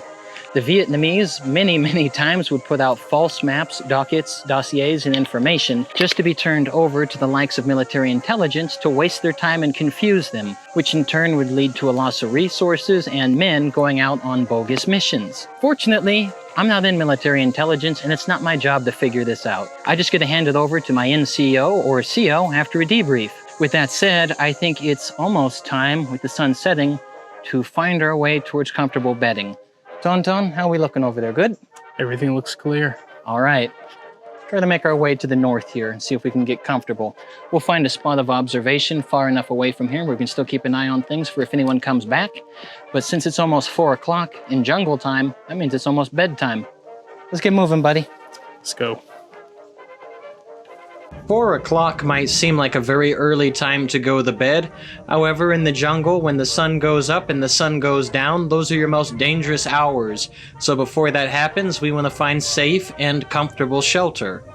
For just being the two of us out here in the field, it wasn't particularly difficult, but it still took us about 45 minutes to really get to an area that provided shelter, coverage, a decent area to sleep where we could also cover our tracks, but also keep an area of observation going for the entire area of play on this map here. Turn your head around. Yep. There you go. Thank you. He's got ants on him. Still. Yeah, I'm tired, aren't you? Yeah, it's been a long, hot day. Generally, at least when it comes to SASR standards and that of the Australians, by 4 o'clock it was time to find a good spot to go to bed. And Tonton and I believe we found a fairly comfortable spot. We have high grass to the left, to the right, and here in front of us. Further, we've got this fallen tree and the slight embankment here, which provides us with a little defilade. So, we should be able to comfortably sit in for the night. For the most part, as it starts to get darker out, it's better just to come in, find a comfortable place, and set bed for the night. And have what they used to call a brownout. That is funny. I don't even know what it means, but yeah. it's probably something about pooping. What used to be a brownout was the fact that you didn't have anything but the dirt below you, so no lights on. But yeah, it does have a much nastier sound than you'd think, yeah? Yeah. Still, we're gonna set up camp here. Tauntaun will take first watch here on this area. I'm gonna set up my ruck, and then he'll set up his. We'll transition hopefully to a little bit of dinner time, and we're done for today. Yeah. I still think we got 12 miles tomorrow. Great. All right, let's get started. Okay. While Tauntaun starts first watch, I'm gonna put my rifle down here on the deck for a minute. I'm gonna set up my sleeping apparatus. Now, when it comes to sleeping in the field, we have all kinds of romantic thoughts and ideas, right? Something like a bunk or a nice tent. Maybe we'll have a giant bivouac, but in the likes of a Vietnam, in this case, the jungle, we don't really have those luxuries. Give me a second to reach into my bag here, and I'm gonna show you exactly what my wonderful sleeping apparatus is. For starters, what I have in here. This is a body bag. This is a make-to kind of a piece for the field. It is indeed a little odd, and some people might think of it as bad luck, but it's also just a giant piece of plastic. Most of your medics would have these on hand, and frankly, anyone from an NCO to a CO is also gonna have a spare because that's part of their job. In this case, it works a bit like what they had in Australia at that time. A Hootchie, also known as a Hootchie, just a giant black or green piece of plastic. I'm gonna take it here, I'm gonna throw it down on the ground, and that way I have something to sleep on, and most of all, something that isn't going to let things like ringworms or hookworms get into my body and on me. Because once they're under your skin, you have to go to the doctor, and that's a nasty thing to deal with out here in the jungle. This will give us a little bit of extra coverage, and that is really all I need at this time. On top of this basic little Hootchie here, what I'm gonna throw on top of it is my really fancy sleeping blanket. That's right. It's my 1955 poncho from service in the Commonwealth. And my pillow is gonna be my bag here. Prop that right up there. I'll throw this over my body. Keep my rifle at my side. Make sure my e-tool stays out of my butt because that's uncomfortable. And while I get to avoid being on night watch, try to lean back like this and get as comfortable as possible. I'm not gonna pretend it's romantic, but when you're tired, it works out pretty well. I mean, I've been in worse situations before. Before it's nighttime and time for picketing, let's take this opportunity to talk about what's for dinner. Yeah, you ready? Yeah. That's good. Boys and girls, let's talk about the exotic foods now for dinner here in the fun fields of Vietnam. Excited to see what they packed for us. Well, let's go open up our mess kits for starters. I gotta take mine off because I'm keeping it all in my bum pack. Mine's in there as well. Honestly, it's the best place to put food. These little pieces here are a lifesaver. I like these field packs. Now let's open it up and look inside because I'm not too hungry being out here, but I think I know what I want. I myself am going to enjoy something fun. From my MCI here, pretty much just a sea ration, I got canned peaches. That's all I need out here. Just delicious, sweet, full of sugar. You get a free drink at the end of it. And you know, it's got good carbohydrates. What are you eating? It's not really what I wanted, but chicken chunked with broth. Well, it's not so bad. Yeah. Still, when you'd be out there, you'd use your P08 to open these cans up, but I admit to you now, these are modern cans with the pull tab, but still, they existed in Vietnam, and we'll be using them now. Excuse me while I get privy, I'm gonna grab my tools. Along with these delicious canned goods, we went ahead and did the privileged thing of comparing for you what an Australian mess kit and an American mess kit looked like in the Vietnam War. Now, would they have really taken these out into the field? Well, that's a question for any man. Frankly, they rattle a lot and make a good deal of noise. They also, frankly, are a bit bulky. It's more of a luxury for your FOB, so your forward operating base, or wherever you call home. Still, for the sake of this, it's important to compare the Australian perspective, the best perspective, to the American perspective. I disagree. I mean, just look how much better made this is. Yeah, whatever, Jack. Anyhow, let's go ahead and get started here. To begin, I'm gonna open up my delicious can of peaches. Come and take a look.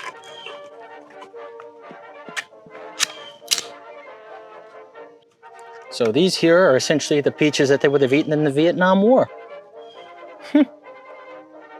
Honestly, when it comes to anything like a K ration, C ration, anything here that comes in a can from World War II, Korea, Vietnam, the fruit mixes are generally my favorite.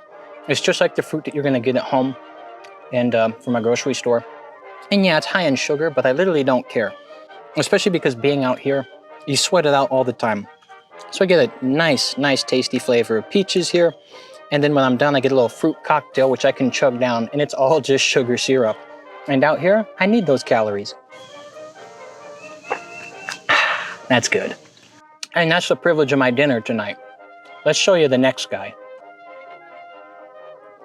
And this is the chicken chunk with broth from the Eager Beaver Chicken Incorporated brand. So let's go see what this looks like. Ooh, look at that. Looks pretty good. Oh, smells like canned chicken. Honestly, I would have preferred the peaches or the pineapples that I know were in my bag, but here we go. Let's take a bite. Bon appetit. Yeah. You know, for being packaged in the broth, it's pretty dry. Yeah. Yeah, it just tastes like regular canned chicken. No clue what kind of parts these are from, you know. Probably, you know, some chicken ankles and some thigh meat, but yeah, tastes pretty good. You don't look very happy. He knows he got ripped off. You know, the peaches is the best option out here. Yeah. You know, like being a vegetarian out here, I do it any day. First time in my life, too. Here, I'll give you one of these at the end of it, huh? You want to trade? You want to trade? Not entirely, but here, you can have a peach. There you go, buddy. You want butted chicken? No, I'm okay. I'm going to miss out on the protein today. I've already had my military rations. I'm good. Needless to say, we're going to enjoy dinner because right after this, once the sun goes down, it's time to start night watch or fire watch or picketing. Whichever country has that term, pick it and choose it. It's going to be so much fun out here. And now, let us all enjoy the night hour together. Anthony had the privilege of going to sleep first, which means while he's resting, Tauntaun himself gets to go out and do night watch. So it's just after sunset out here in the woods, but I'll be taking night watch first tonight. I'll be out here for 4 hours, so we're gonna go ahead and see if we can find a place that's suitable to watch over our little campsite over there. So come along.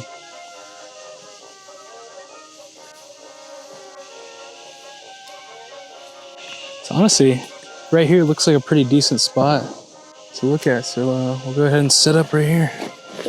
So we'll go ahead, just set up right here. And we'll watch to see if anyone comes along. Might as well get comfortable. All right. See you in 4 hours. For our friend Tauntaun, he's quite fortunate because almost all of his 4-hour night shift was completely uneventful, which is what you always hope for when picketing.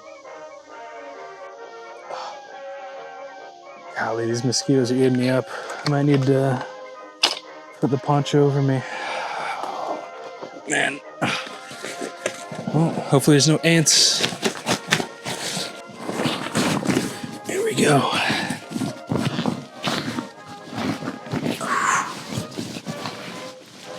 Alright. Honestly, this should protect me from some mosquitoes. Just gotta watch out by my face, but... Alright. Oh, man. Alright. Hopefully that kind of keeps them away. I forgot my bug net. Should have checked my bag more thoroughly at the beginning, but... Gotta suffer the consequences now.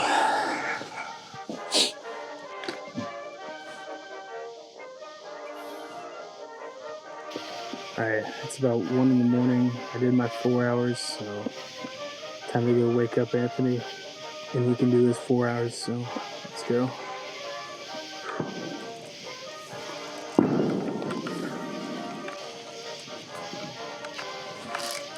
Hey.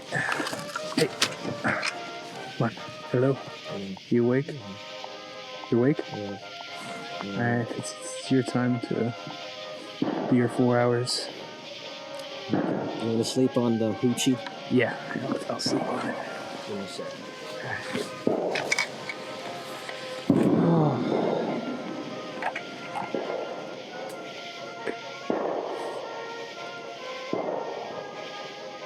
Nice.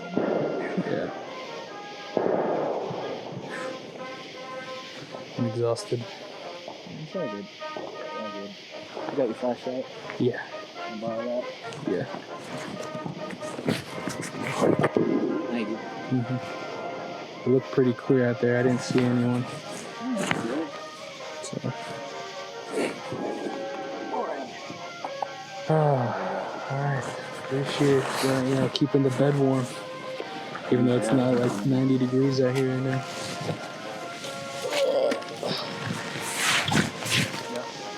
What did you say? Not that way. Yeah. There's a tree over there, like about 100 meters to the right. Yeah. Your glasses are fogged. Yeah. I'm gonna take the lab. Yeah. Let's go get into position.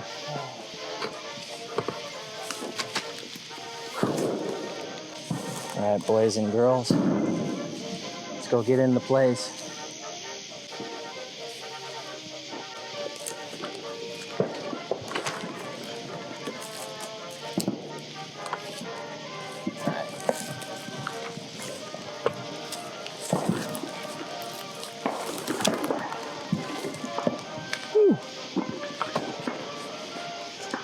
All right, so it's my turn to be on fire watch right now, and I'll give you something of the Australian perspective from Vietnam in regards to fire watch.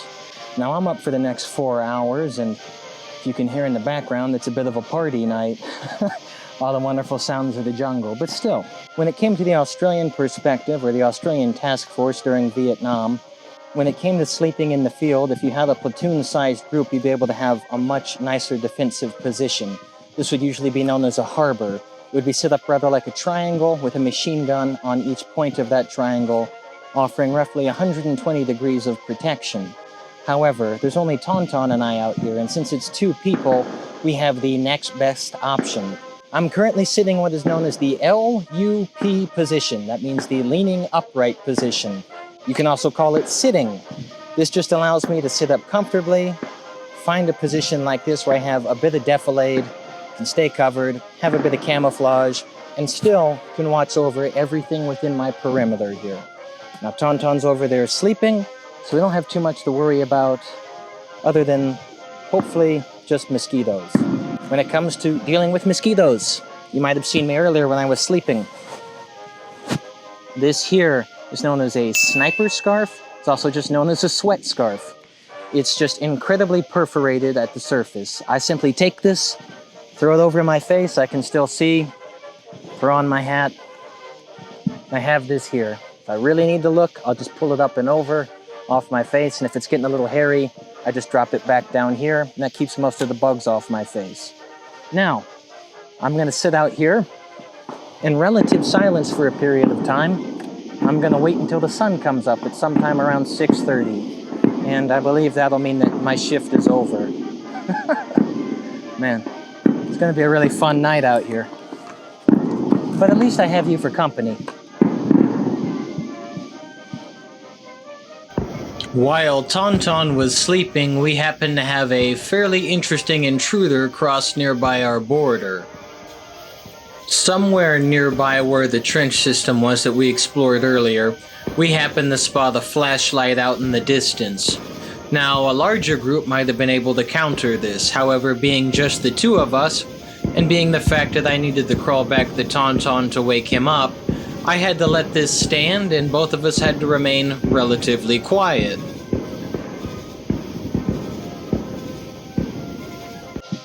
That was a little hairy for a second. Yeah. We saw who we thought was Blake out in the bush. We are up enough now, which is pretty fun for the most part. I think my night watch will end early because we're both awake now. But we've kind of marked on the map where we thought that we saw him. And that means we have something to check in the morning, but it's still too dark to move. He didn't see us, or at least he pretended not to notice. So we're pretty good for now, but I think our sleep has been ruined for the night, yeah? Yeah, and it also doesn't help that there's just explosions going on like every 2 seconds, so. Well, it's that time of year, even in the morning. Still, it's not so bad. So we're gonna finish up here for about the next 2-3 hours. Try to catch some relative comforting sleep. And once the light comes up, we'll get moving in the day. By then it'll be about, what, 7 o'clock-ish? Yeah. Yeah. Well, that was fun. Yeah. Entertaining. Yeah, definitely. Dinner and a show. Yeah. And with that, Tauntaun and I enjoyed the next 2.5 hours hanging out together in the dark of the jungle.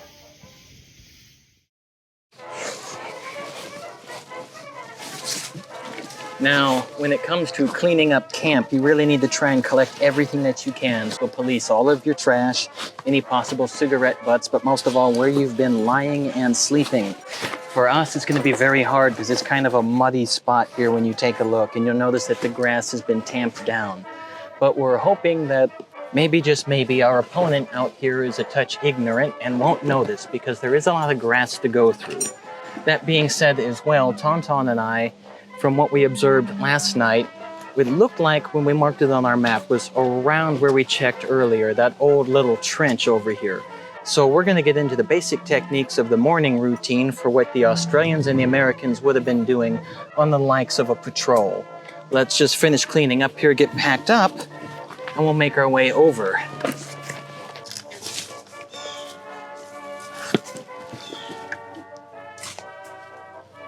Charlie, get down. Okay, now listen up to what we're doing here. What we're doing is an idea similar to what they call banding in the military. We have here a basic river walkway that we have to go across. Tauntaun is going to stay here. He's going to run security for me. I'm going to go over there to where there's defilade on the other side, check it out, and if it's safe enough, I'll signal for him to come over, and then I'll cover for him so we can continue our navigation. In this case, we're moving a bit northwest at the moment. So, stay here and cover me, please. A misconception about bounding is that it is only utilized for live fire instances, when in fact that's not true. More often than not, you'll use it so that one party can move forward safely, while the other parties can keep cover. This provides coverage of movement.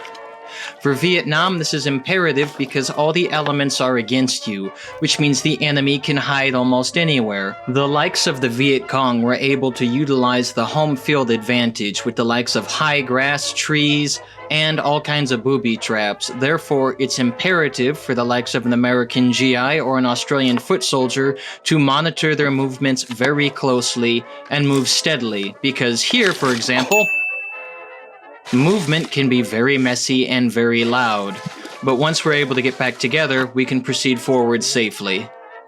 Movement in general will be extremely slow for one of two reasons. One being the fact that the environment itself is rather hostile with the likes of spiders, biting insects, and then natural foliage. Further, all of that makes movement louder. Number two, we are on the enemy's home ground, which means they have a better understanding of it than we do. Regardless of if we stay on a trail or off the trail, the enemy will be able to have a much better understanding of how someone would come into this area and move, especially as a foreigner, which makes it ample for the likes of ambush and or just general booby traps. So we have to move very slowly to keep an eye out for any of those possible dangers.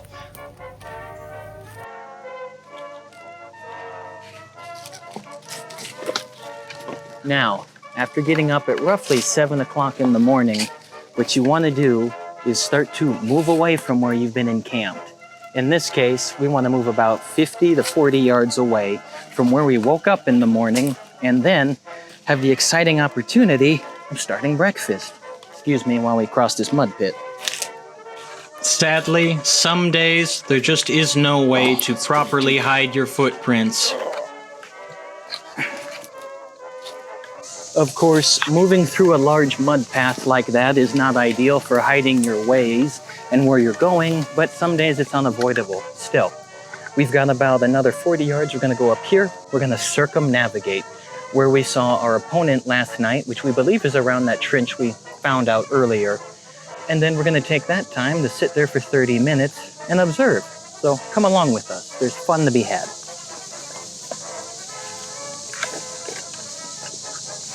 For this exercise, we eventually found an elevated position that could afford us a bit of coverage on what almost looks like an abandoned road. And although some of this would not be ideal to hide behind, in many ways it worked out for us very well, just taking it a touch further ahead. Although this position wouldn't be perfect for many, for our particular case and use, this was a fairly nice place to be to have a vantage point over the trench system and also stay out of the sunlight. As it is now 8 o'clock in the morning, just as it was in the Vietnam War, while one man is busy picketing, another man gets the opportunity to enjoy breakfast. It's time for some breakfast since I didn't really eat much of that canned chicken last night. This tastes a lot better. Although what we give you here is a bit more of an educational example, I would like to say that instances like this did happen during Vietnam and in some cases still happen today. Further, it gives one man the opportunity to rest, lets the other man work, and it's a pretty nice way to start your morning, but within 30 minutes you need to change your location by about another 45 to 50 yards. We now move down from the high grounds and get closer to our overall objective. Alright, so on our count, that was we're still within the same kilometer, yeah? Yeah. Okay. So we probably just need to move half a click to the northeast. We'll keep circumnavigating that position there. I think we just need to sit for another 20 minutes and watch, take a coffee break, and then we can probably approach it again and see if anything's changed. But I haven't seen anyone over there right now, so I think we're pretty good, honestly. Yeah, I think we should be pretty good. Yeah, if you can just count me those next, 5 that way? Yeah, I got Should be pretty good. Some of you might find these series of movements to be a touch tedious, but really, it's a great way to go about learning the environment, studying where an enemy could possibly be, and at the same time conserving your energy. These are lessons that we learned from the SASR in Vietnam, and these skills can still be utilized in the modern day. And just like the SASR, by our third point of observation, it's time for a coffee break. You know, when it comes to observation work, it doesn't all have to be just work. You can still enjoy it. In this case, while Tonton's on watch, I'm making coffee. And since it's instant, it dissolves a lot better in cold water because all we need is sugar and caffeine in this moment. So it's really not half bad. Actually, that is pretty good. Buddy, you want a sip? Sure.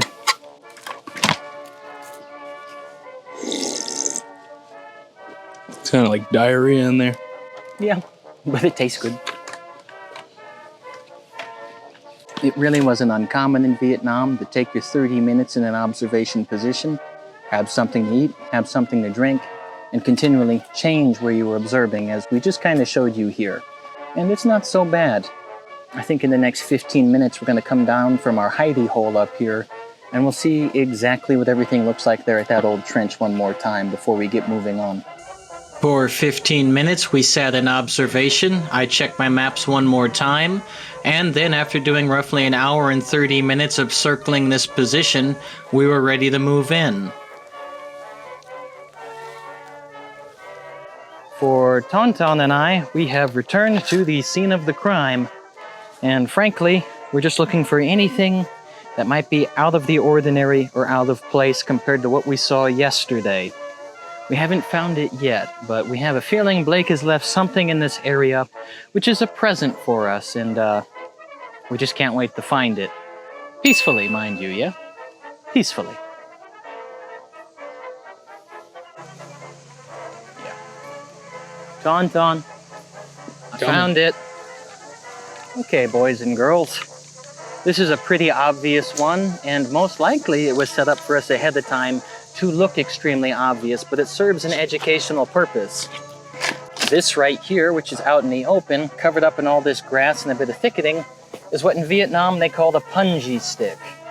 We move this basic camouflage back here, we pull back some of these sticks, if you want to come up close with us here, boys and girls, yep, it's a small scale punji stick here.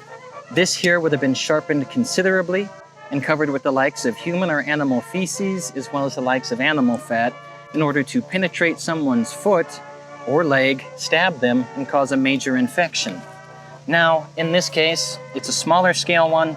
It's very obvious in the open, but it's there for an educational purpose, and so no one here in this general demonstration and test gets hurt. But still, these were a major issue in 1965 when the large majority of Australian and American troops started to come in officially. It was so bad, in fact, that the Welco boot had to be redesigned.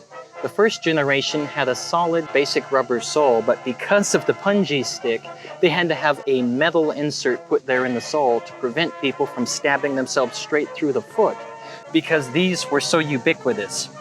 Now, having this here, we want to remove it properly and safely, which is what you do in the field. However, since this is educational, I'm going to do the dumb thing and I'm going to walk on it so you know exactly what a punji stick looks like. For your viewing pleasure and education, of course. Give me 1 second.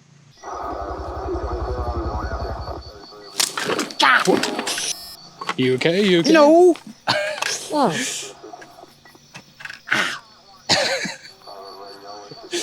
Anyhow, that's what falling into a punji stick would look like on the small scale. Keep in mind, it's not always the fact that it's an incredibly clever device or that it's even well hidden. Most people are going to fall into it because of negligence and being tired. Keep in mind, when you're out in the field, you're going to be dehydrated, hungry, you're going to be irritated by everything that bites you, and again, sleep deprived. And that's why the punji stick is so clever, because it feeds on that in the simplest of ways. Tonton, can you help me get out of here now? My foot's stuck. Got you. No! Dangerous. Let us now take this opportunity to get back on our path, but also to talk about an incredibly important resource that many people oftentimes overlook. Now, when you're in the jungle, especially something like the Vietnam jungles, something that's incredibly important to keep tabs on is your water supply, because dehydration is no joke, and getting resupplied can be really difficult. For the Vietnam War here, we're going to talk about two particular methods that were innovative and a touch different than what they do in the field nowadays, and something that might be able to help you out to a certain degree. Let me tell you about method one. Now, one of the first places you can go to get water is a fresh water source. This happens to be one of them right here. When it comes to getting water out in the jungle, it helps to have a canteen, just like this here. All you got to do is take it and stick it in the water and start to collect. However, what's the danger here? Well, it's the fact that you can have any kind of contaminant get into it. Fortunately, during the Vietnam War, what they had on hand were going to be the new 1967 form of the canteen and canteen cover. So, it was made out of nylon so it would dry off a lot more quickly.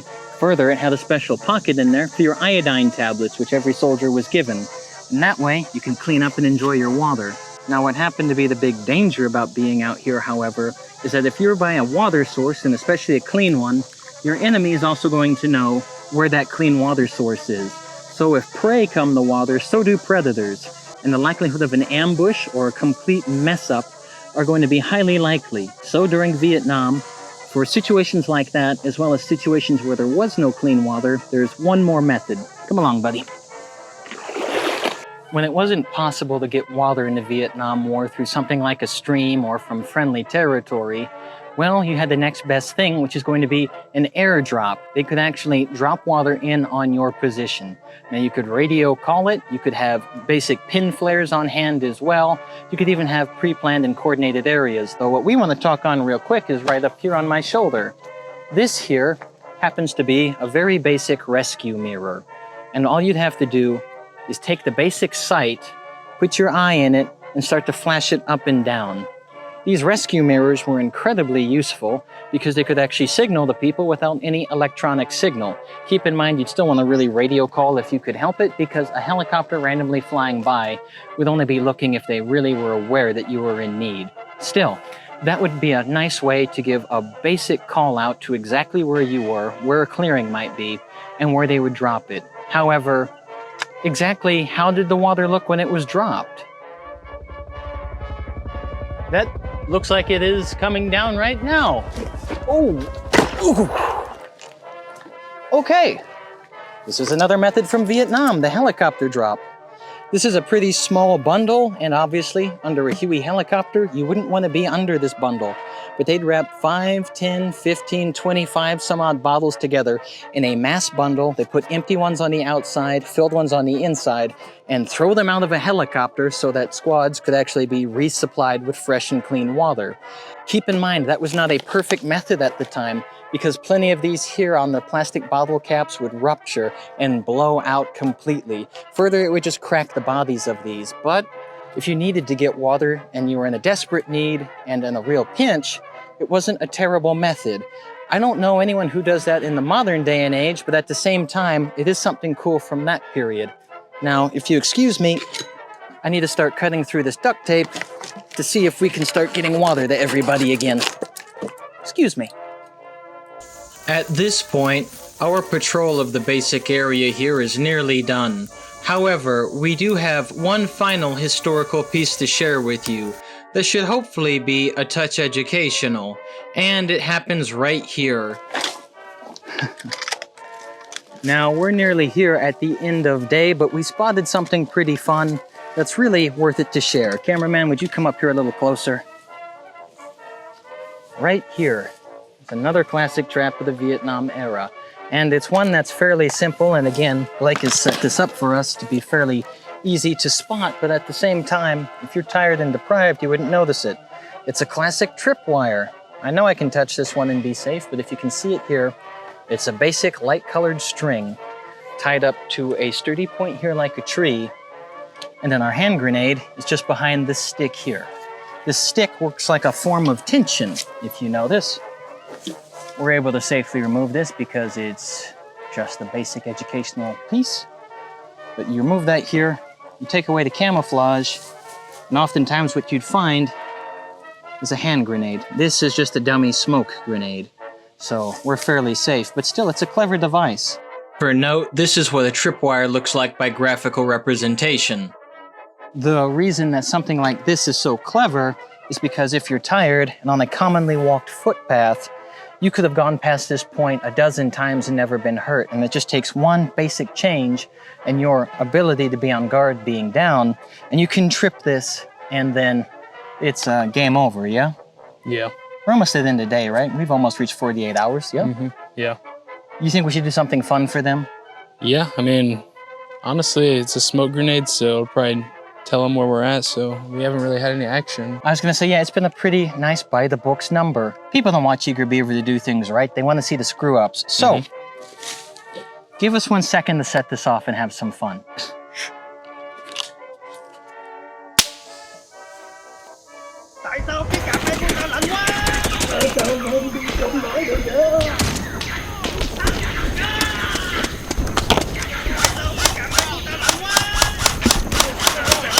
Go, go.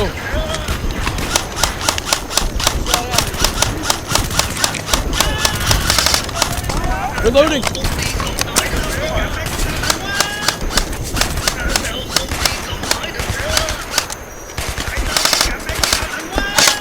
Reload.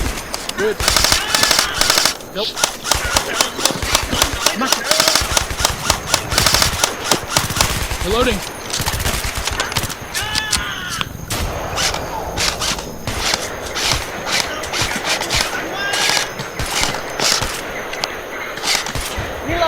Good.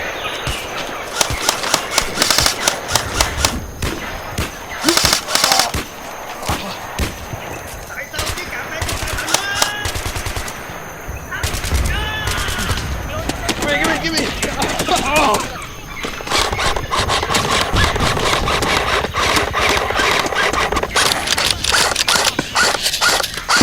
Now, in a situation like this, it gets fairly hectic.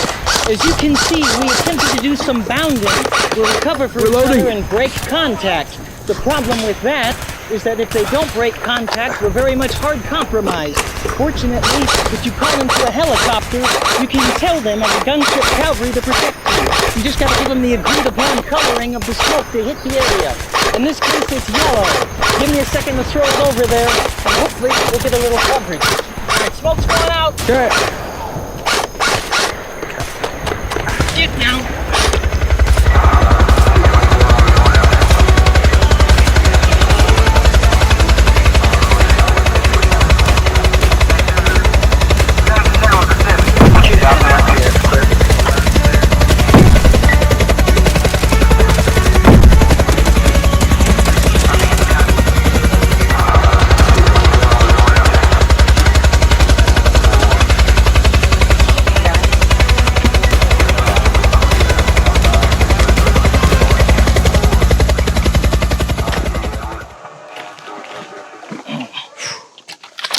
Give me a hand. Watch your step, bud. Appreciate it. Not so bad. Yeah.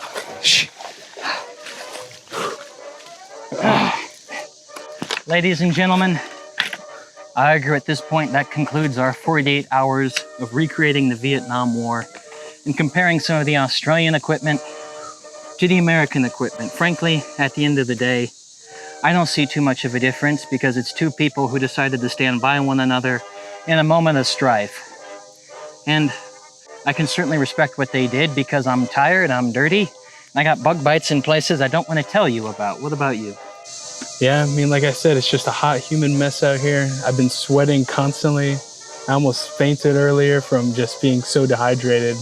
I mean, it's seriously not a joke out here, but yeah, overall, I mean, I respect, like, just the fact that people went out there in Vietnam and, you know, had to endure conditions probably much worse than what we're facing right now. And, you know, they just had to deal with it. They had no plan B or anything. For me, it's just so humbling to be in these shoes because three of my uncles, who I remember quite fondly, Bob, Rick, and Dan, from 1965 to 1971, all of them served in the Vietnam War, some of them doing multiple tours. And, you know, being out here for me, it's relatively easy. It's really fun when you're with your friends because you don't have to worry about getting hurt. We certainly get quite dirty, but we get the fun of filmmaking. And for us, it's a lot more of talking history and a bit of dress up. But for them, it was the real deal. We only had to do 48 hours, which again is quite easy. For them, it was weeks on end with no resupply in sight and never knowing where the opponent was. Although filmmaking is always going to have its tricks and its fun, we'd like to be honest with you and say that we very much tried to keep this as authentic as possible. We especially want to thank our friend Blake, the 68 Whiskey veteran on staff, because he designed several pieces in this course for us to run through. And he really did his best to keep it educational, but it still also kept us on our toes. And I'd really say that all in all, he helped make it such an incredible experience because of his own military background and especially his own conversations with veterans. So we'd like to thank our friend Blake again for helping to make this film shoot so incredibly possible. Thank you, Blake. We'd like to make it known right now that when we talk about the greater Vietnam War and era, which you can argue goes 1945 to 1975, America gave over 58,000 of her sons and daughters in that war and effort. Further, Australia gave over 500 of her sons in order to ensure greater freedom for Southeast Asia. Atop this, they also had some 3,000 plus wounded. I'd also like to take it a step further that for the Allied nations during the Vietnam War, so many more of them died after the war and for so long did not get the justice they deserved because it wouldn't be recognized by the government for several decades that not only acute stress disorder and PTSD were taking lives, but chemical agents like Agent Orange had been killing men with cancer and other related sickness and illnesses. This is an incredible shame, and that's why we like to bring this up. Please talk to your veterans and get their stories while you can because they're so valuable, and we want to empower you to talk on these to the best of your own ability. Ladies and gentlemen, boys and girls, if you've enjoyed this content and you feel you've learned something, please like and subscribe below. Further, engage with the team on our Instagram. We have the link and handle just down here. We love to talk to you. Atop this, please remember, everyone, that we now have our free Discord, which is open to everyone. The link is in the description. Please talk with us in a much more deep and intimate manner so we can all work together in the world of history and outdoors excitement, be a bigger part of the Eager Beaver family, and see all the fun things that the team's doing behind the scenes as well. As a final note, We'd like to thank all of our members for donating to the cause of bringing history to the outdoors and bringing a much more visceral experience for so many to view. These film shoots take a lot of time, coordination, and funding in order to really talk to you properly about history. So please consider giving. And again, to everyone who is a member, thank you so much. It's your contributions that make these larger team efforts so much fun and incredibly possible for the rest of the world to enjoy. Again, ladies and gentlemen, thank you, because at this time we've come to the end now of discussing the Vietnam War for 48 hours from the Australian and the American perspective. We sincerely hope you enjoyed it, and now, until next time, it's the Eager Beaver crew signing off. Ready to make our way upriver?